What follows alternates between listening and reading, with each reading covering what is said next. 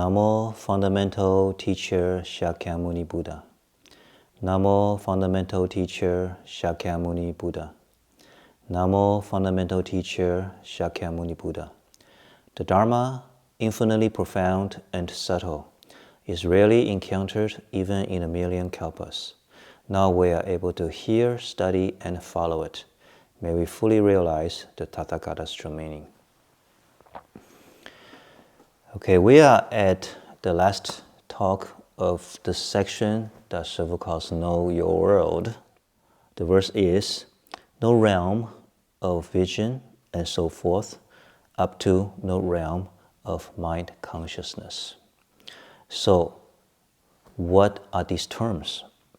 This refers to another list of what we call 18 spheres, or 18 realms. And they are something we are already familiar with, or something we already talked about. That's eyes, ears, nose, tongue, body, mind, the six senses, and the six sense objects, form, sound, smell, taste, touch, and dharmas. And when the eyes meet form, and when they see light, then consciousness is generated. It's called eye consciousness. So now we have 6 kinds of consciousness. Eye consciousness, ear consciousness,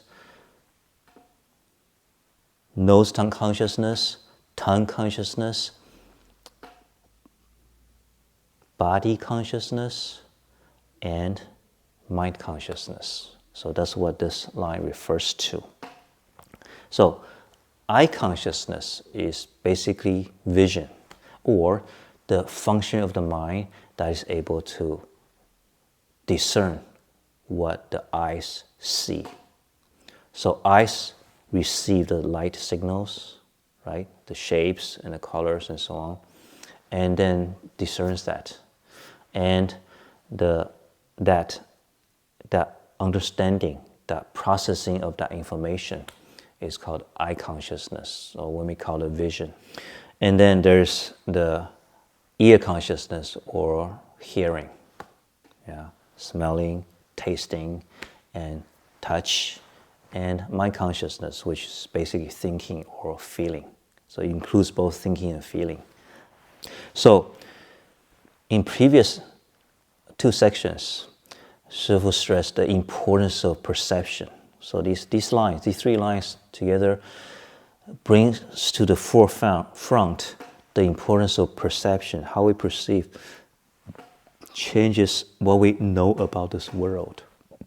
And we already learned that our senses, these are the organs or the tools we use to know the world, are very limited and peculiar to humans, right? Other animals have different ranges or different limitations. And so then, what do these other animals see as their world, even though we seem to be in the same world? Many years ago, there was a movie, a Disney animation called Brother Bear. And the movie basically tells about these 3 brothers, human brothers. And one of the brothers was killed by a bear, a wild bear. And so the other 2 brothers are very mad, and they want to hunt and kill the bear that killed their brother. So these 2 brothers go out hunting for bear. By some miraculous event, one of the brothers became a bear. So it's a Disney movie, right? So it's okay. So one of the human brother became a bear. And so he was forced to live as a bear. And he began to see the world from a bear's perspective. And he realized things that he never saw before from a human perspective. How a human perceive these animals, or particularly bears. They see bears as strong, fierce, violent, terrible, evil animals. But then when he becomes a bear, he realized the kind of challenges and difficulties a bear run into, and he learned that the bear usually don't want to fight humans or eat humans or kill humans unless they are really, really aggravated or forced into a corner. So he began to realize, oh, maybe my brother's death was kind of an accident, or there's a different side to that story. And also, the one remaining human brother ran to him and wanted to kill him. But want to kill the bear. The human brother thinks that this bear is the bear that killed their brother, but actually they are brothers. So then he had to run from the human brother, and so on and so on. Eventually, toward the end of the movie, you can skip this part if you don't want to know. But toward the end of the movie, the brother bear had a chance to return to human form, but he decided to continue to live as a bear for whatever reason I forgot. But we show this movie to our children class in the monastery, in the temple. So to help children understand, to learn to see the world from a different animal's perspective, from different perspective. And Shifu gave an assignment to these children. Try to imagine you are an animal, some kind of animal of your own choosing, and then try to describe the world that you see. So one particular kid chose cockroach. So he wrote a little piece on how the world is like to a cockroach, and that was really excellent.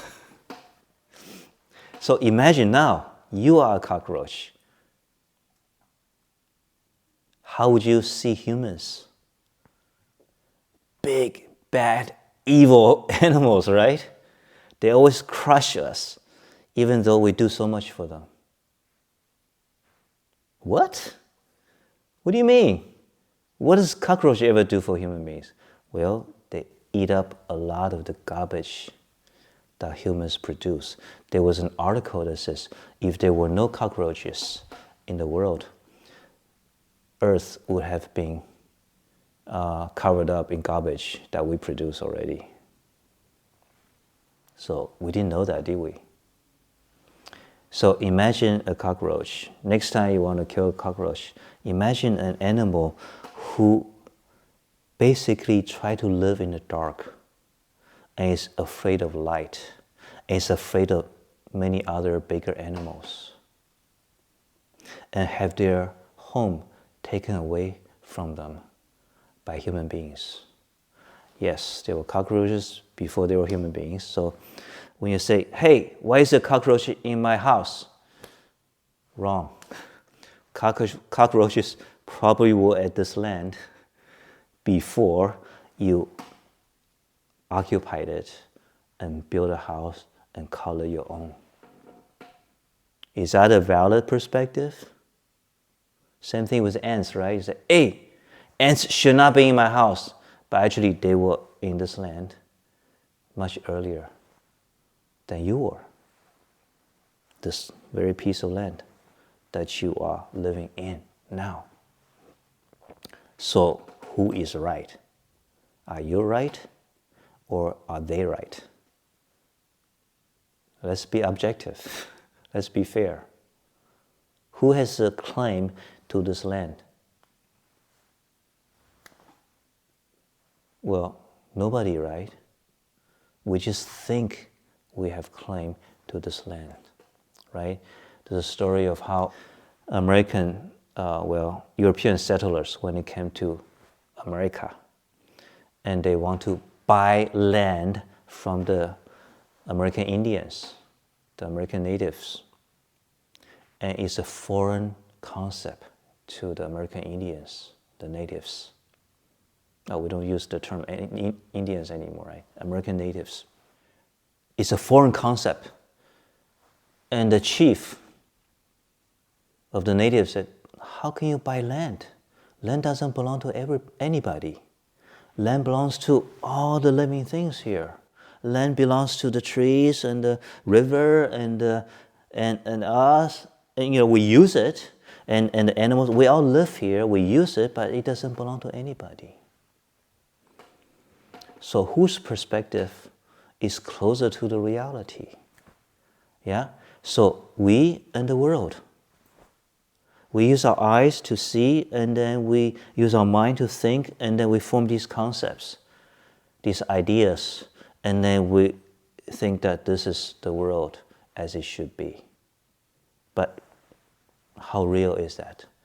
How much of that is belief, is mind created?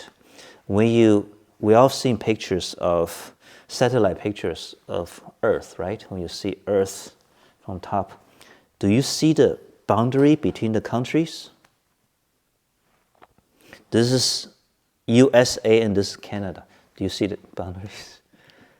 Do you see boundaries saying this should belong to USA and this should belong to Canada and this should belong to Mexico?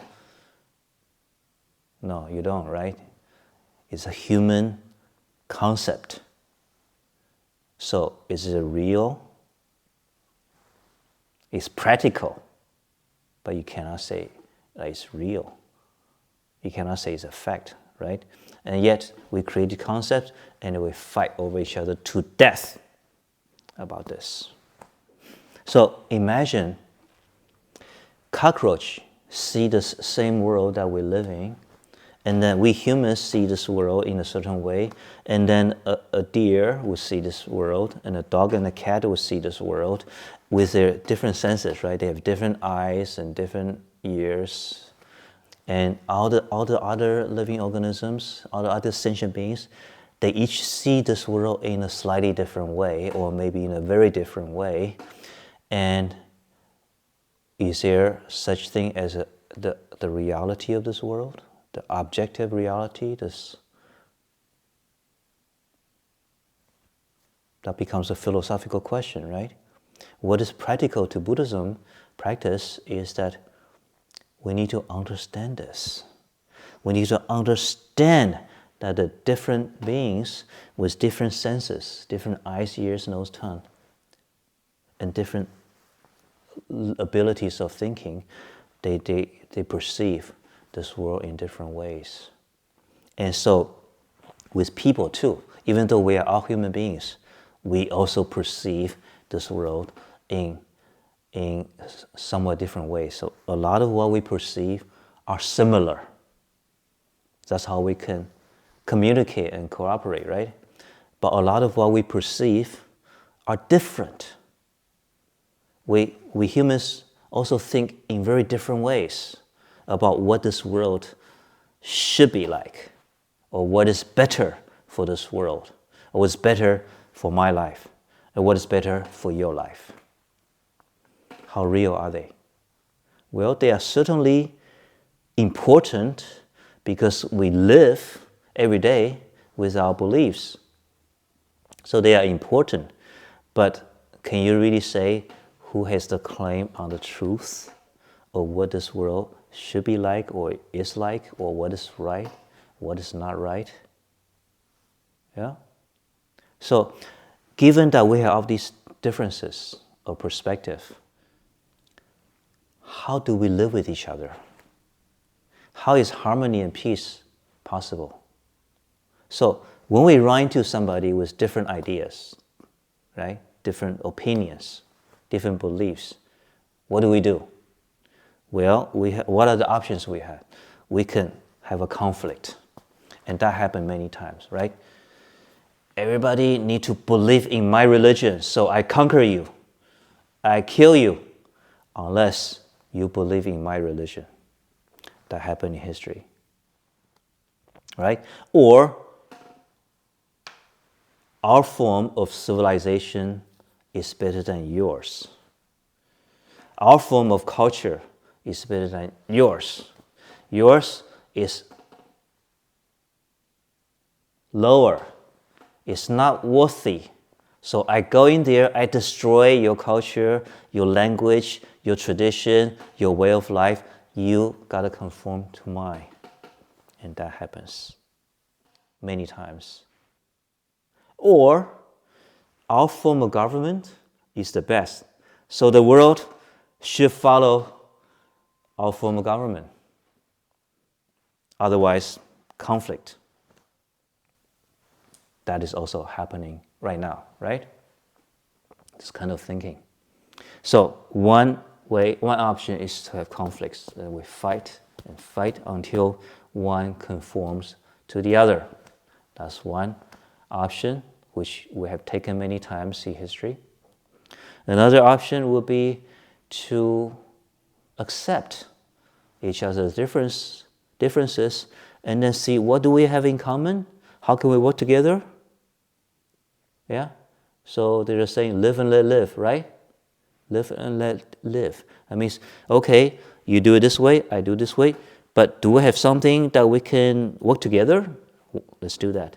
And when we are different, well, let's not fight about it, right? You do it your way, I do it my way. That's another option, isn't it? Yeah. And we can perhaps talk with each other, communicate, and then maybe it becomes a learning experience. Yeah? So I can learn from what is good about your perspective, and you can learn about what is good about our perspective, and then we can together maybe come up with another perspective, another way of looking at this world that's even better, that's even more beneficial. We have also done that too, right? So that becomes very relevant. So what the Heart Sutra is teaching, that about the different perspective and different perception of the world, becomes very important. We need to think about it. We need to understand this. That as long as we live, as long as we're human beings, we are going to have different perceptions of this world. And we live with the other animals, and they will have different perceptions. If we think pigs are only for food, we kill all of them. You eventually eat up all of them, and we fish all the fish in the ocean. Then we're gonna make drastic changes to the ecology, and then we live in a changed world. The climate is gonna change. We're having extreme weather in many parts of this world, in most parts of this world, year after year after year after year. Yeah, Shifu has been living in Colorado for a while, and just the last couple of years, really dry, windy, wildfire damages like we have never seen before in the history of the state. And then this year, we have more rain than a local resident told me. There's more rain than 30 years that she lived here. More rain than ever. So 1 year to the next, so different and irregular. This is already happening. If we don't understand more about this world and how our actions affect this world, we only deal with our narrow perspective, then will cause suffering. But Buddha says it is possible to avoid suffering. It is possible to end suffering. And how is that possible? Well, remember the elephant, the blind man and the elephant parable?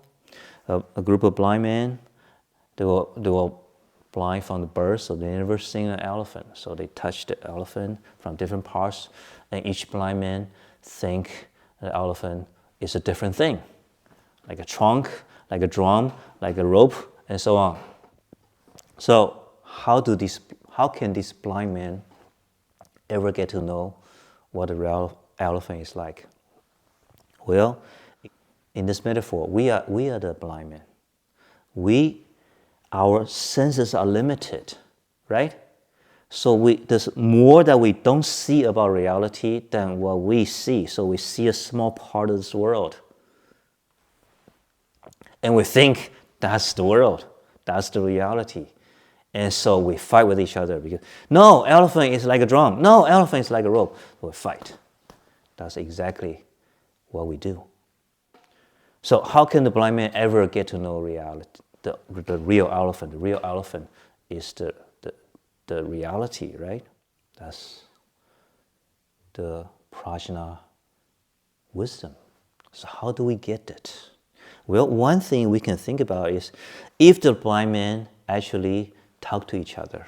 Say, okay, where are you? You are here. Okay, what are you feeling? I'm feeling the belly. Oh, it's like a drum. No, I'm here. I'm feeling the nose, and it's like a trunk, and so on, so on. And so eventually they figure out the position, the relative position of the elephant, and they put together a composite picture of the elephant. Yeah? So they can use their consciousness, they can figure out something that is closer to reality. Yeah? So if we talk to each other, if different cultures and different countries and different, groups of people, they communicate each other and learn to understand, and then how our understanding is relative in this world, and maybe we can put together a picture of the world that we're living with each other with a better perspective. That's one way. But is that the ultimate way? No, that's not the ultimate way yet. Remember, Shifu said earlier, how the Buddha is able to see the bacteria in the water. Now, what is that? It's like the blind man can suddenly see. Oh! So we have examples of that too. Remember, we all know that the earth is round, right? It's funny that some people believe the earth is flat. Okay, so we know the earth is round. It's a kind of like a ball. How do you know that? How do ancient people figure this out? Trigonometry, triangulation. So they see this land, and they see a ship coming from the ocean. You see the top of the ship, and they see more and more and more. And some clever thinker, they figure out, oh, this is happening. If the earth were flat, you would see the ship, the whole ship immediately, right? But then you only see the tip, and then you see more and more and more, and then you eventually see the bottom of the ship. That must be because the earth is round. So there's a trigonometry way to figure this out. Anyway, so you can use conception, thinking, reasoning to figure this out. That's what the blind man did. That's how the blind man can figure out the reality, some of the reality of the elephant. That's how we are doing it with science and reasoning, right, about this world that we're living in. So scientists put the piece together here and piece together here, and piece from the radio telescope, and a piece from calculations. Astronomers, they use calculations and figure things out. And then physicists use physics and chemistry to figure out why the world is expanding and so on and so on. So they put together these pieces. It's like, oh, the blind men talk to each other and finally figure out more about the elephant. But how does the Buddha? Buddha said, the world that we live in is like a fruit. So he knows it was round, even though he never talked about trigonometry. And the Buddha described the world that pretty much is fitting with what we understand about galaxies. That's another topic. Anyway, so there's a different form of knowledge. So how can you know that the earth is round? Well, if you don't know anything about mathematics, you can still see it in a second if you are far away, if you're in outer space. You take one look, oh, the earth is round. You don't need to figure out anything. That's direct experience, right?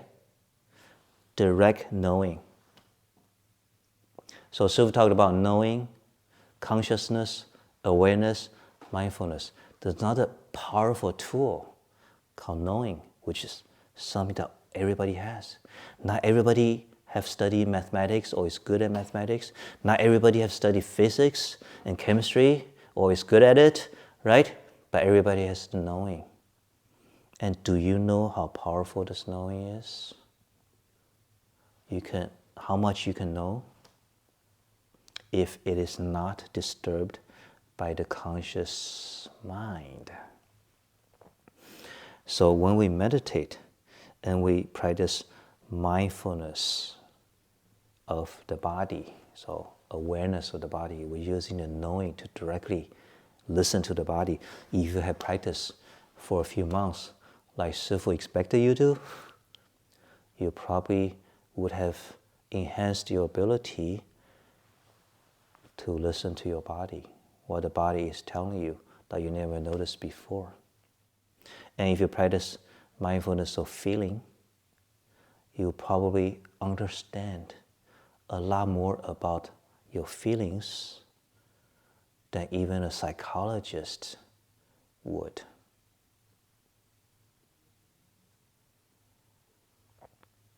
So, we talk about the ABC of prajna, right? Acquire using hearing or reading.